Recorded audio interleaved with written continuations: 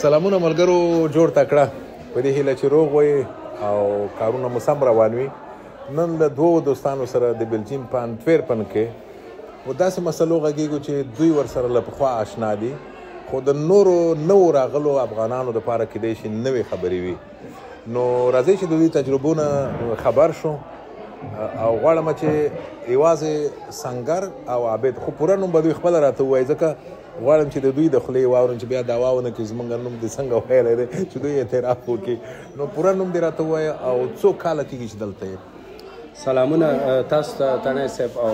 ستاسو لیدونکو ته. زما پوره نوم رشاد صافی او سنګر مې تخلص ده چې کورنی نوم مې ده او ټول وطنداران مې د سنګر په نوم پېژني. ډېر ښه. او څو کاله؟ تقریبا 40 کاله کېږي، 2001 کال نه دلته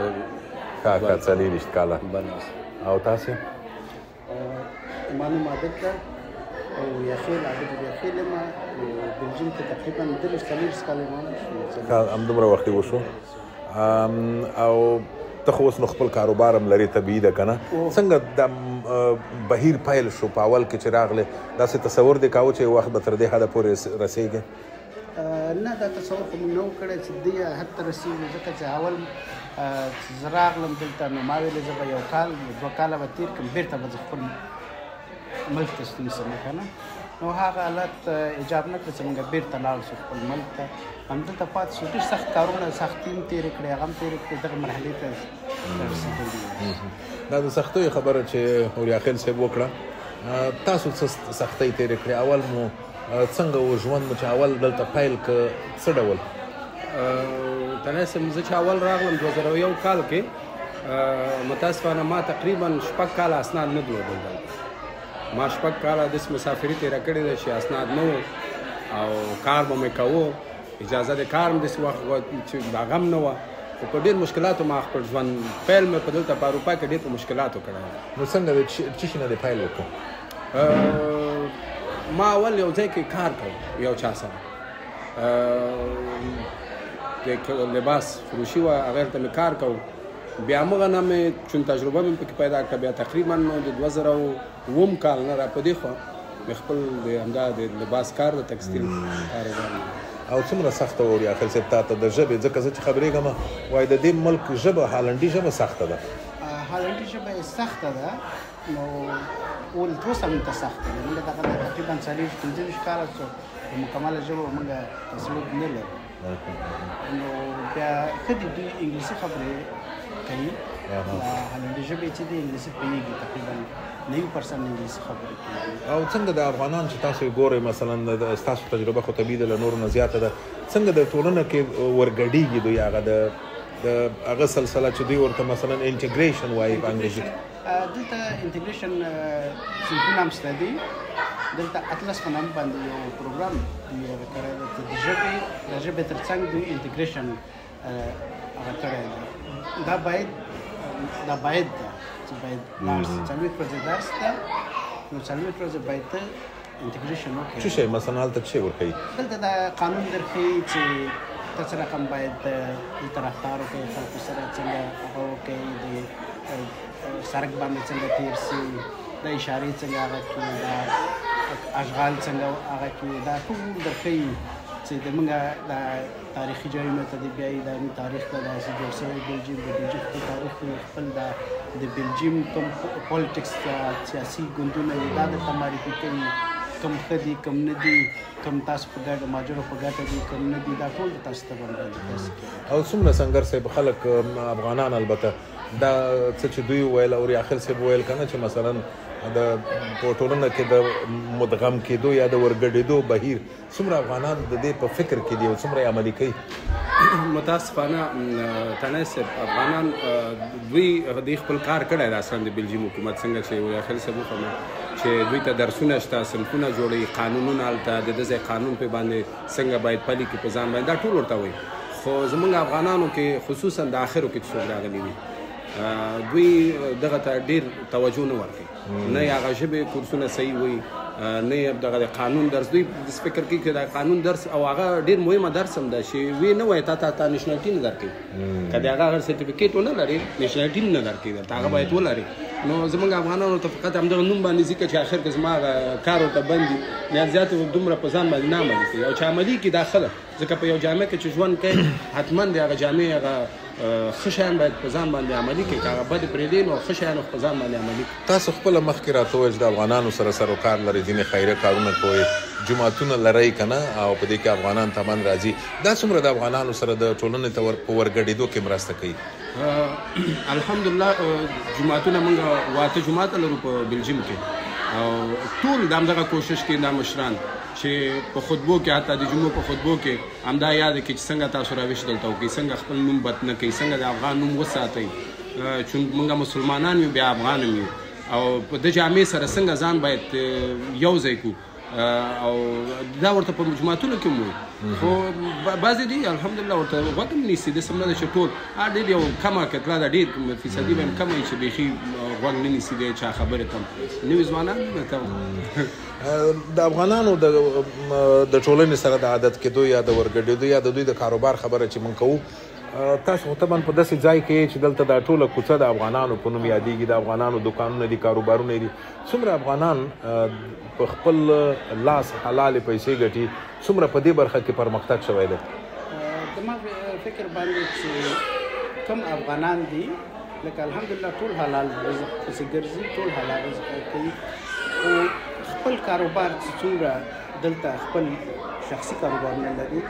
تقریبا د 10% پورې 10% به خپل کاروبار لري په بلجیم کې. نو ولې دومره کم کله ځکه چې دا خو د کاروبار ځای دی مثلا بیا ولې هغه سهولیت دلته نه دي هغه سوي خپله نه غواړي چې دوی د خپل کاروبار شروع کړي او ځینې افغانان یې موږ داسې افغانان شته چې ورته اوسلویه او کیرنګ ورته وایي دا پیسې چې اخلي نو دوی ته که ته وایې چې ته راسه کار وکوه دوی وایي چې مثلا دلته مینیمم تنخواه اوس چې ده 2913 روپۍ مینیمم تنخواه ده که نه دا وایي چې زه 1300 روپۍ 8 ساعته یا 9 ساعته زه کار وکړم 1400 روپۍ ما ته تیارې راځي زه په دې 1500 روپۍ ولې ځان خوار کړم نو دا دغو ته نه ګوري چې ما مخکې تګ ده دا یې مشروعات دي که نه نو دوی دغه مشکلات ډېر لري. او تاسو څه فکر کوئ تاسو چې افغانانو سره مثلا راشه درشه لرئ خیریه کارونه مو دي جوماتونه مو دي افغانان په دې ټولنه کې داسې خبرې ما اورېدلې دي چې له بده مرغه بد نوم یې هم ګټلی دی مثلا په نشهیي توکو اخته دي ځینې کسان ځینې بدماشۍ کوي ځینې غلاوې کوي ځینې جنګونه کوي دا فیصدي زیاته ده او د افغانانو د ټولو د نامبدۍ لپاره دا مضر نه واقع کېږي؟ تنه صاحب کله کله وایي شیدو کې چې یو داغ د تور هم واچو هغه شیدې خرابوي دلته چې کوم د زموږ افغانان دي واقعا شته دي چې په نشهیي توکو باندې اخته دي یا نشهیي توکو کې لاس وهي لکه خرید و فروش کوي یا مثلا په همدغه کې بندي شوي دي زیاتره بندیان لرو همدا اوس یا د بدماشانې چې کوي او خلکو ته آزار ورکوي دا فیصدي ډېره کمه ده خو په هر صورت کې د هغه نمې را رسیږي زموږ ټولنې ته زموږ د افغانانو چون پخوا دا نور خلک لکه مراکویان لکه ترکان د دوی نمونه هغه درجه بندي کې جیګو اوس د افغانانو پې باندې پورته دي ځکه دغه بعضې کارو کې لاس وهي چې هغه زموږ جامع سره نو ستاسو ټولنه خپله د خیریه کارونه چې کوي مثلا جوماتونه شول یا د افغانانو په منځ کې د مړي ژوندي خبره شوله ستاسو خبره څومره دوی اوري او غوږ ورته نیسي؟ ولا کوشش موږ ټول مشران الحمدلله دا کوي چې مثلا دا ټولنې ته مثلا افغانیت ته اقلا موږ ته خو ضرر ونه رسیږي نو هغه نو اوس په اروپا ده که نه بعضې خلک داسې چې ټولې خبرې نه اوري نو که نه هره ورځ زه په خپله شخصا چې کوم کار دوی کې وګورم یعنې زه په روزمره چې هغه اوسط ډول باندې 300-400 افغانان خو وینم یعنې اوسط ډول باندې نو زه حتما چې دوی کې کوم خبره وګورم ورته یې وایم ولې بعضو باندې تاثیر کوي او بعضو باندې نه کوي نو الله دې ورته دوی ته هدایت. ما چې مخکې دا خبرې پیل کړلې هدف دا و چې زه غواړم د هغو افغانانو سره چې پخوا راغلي دي تجربه لري د هغوی نظر واورم د افغانانو د ټولنې په برخه کې تاسو چې پخوا راغلي او دغه غم چې کوئ خیریه کارونه تاسو څه شی کوئ د افغانانو دپاره؟ زه په خپله تنه صاحب زما عموما موږ د مسجدو پورې ارتباط لرو زه خپله د یو مسجد اقصا نومیږي الاقصا مسجد په انټورپن کې د پورې اړه لرم یعنې همغه زموږ مسجد ده بل د زموږ د افغانانو ټولنې مسجد 2 مسجدونه لرو موږ په د ښار کې زما که کوم افغان ورور دلته په حق رسیږي اسناد نه لري یا په کم کې نو دا زما کار دی چې دوی حتما دلته به ورته پیسې ټولوو او وطن ته به یې لیږو د دې تدفین مراسم دغه د خیریه زموږ دغه کارو کې د مړي ژوندي کارونه دي مثلا بعضې ورځې زموږ د استقلال ورځې دي دو کې مثلا دا لمانځو مثلا اخترونه دي دکې همدغه افغانانو ته دغه کارونه په خیریه کې هم همدغه نو که څوک مري په یوه مړي څومره پیسې لګېږي تقریبا پخوا به د 2700 نه تر 3000 لګېدلې اوس د 3000 نه تر 3400 دغه تقریبا 3 هفتې مخکې مې یو مړی ولېږه 3400 یعنی کم شوي دي مصرف یې کم شوی نه زیات شوی دی پخوا کم چون تیاري به افغانستان ته ډېرې تللې اوس کم دی او دلته چې بیا خاخي مصرف یې کم دی او وطن ته چې لېږي بیا څومره په اتفاق دي افغانان دلته په خپلو منځو کې الحمدلله په بلجیم کې موږ نمونه د ټولې اروپا یو جالب دی افغانان خو اکثره به اتفاق نه الحمدلله موږ په بلجیم کې یو خو موږ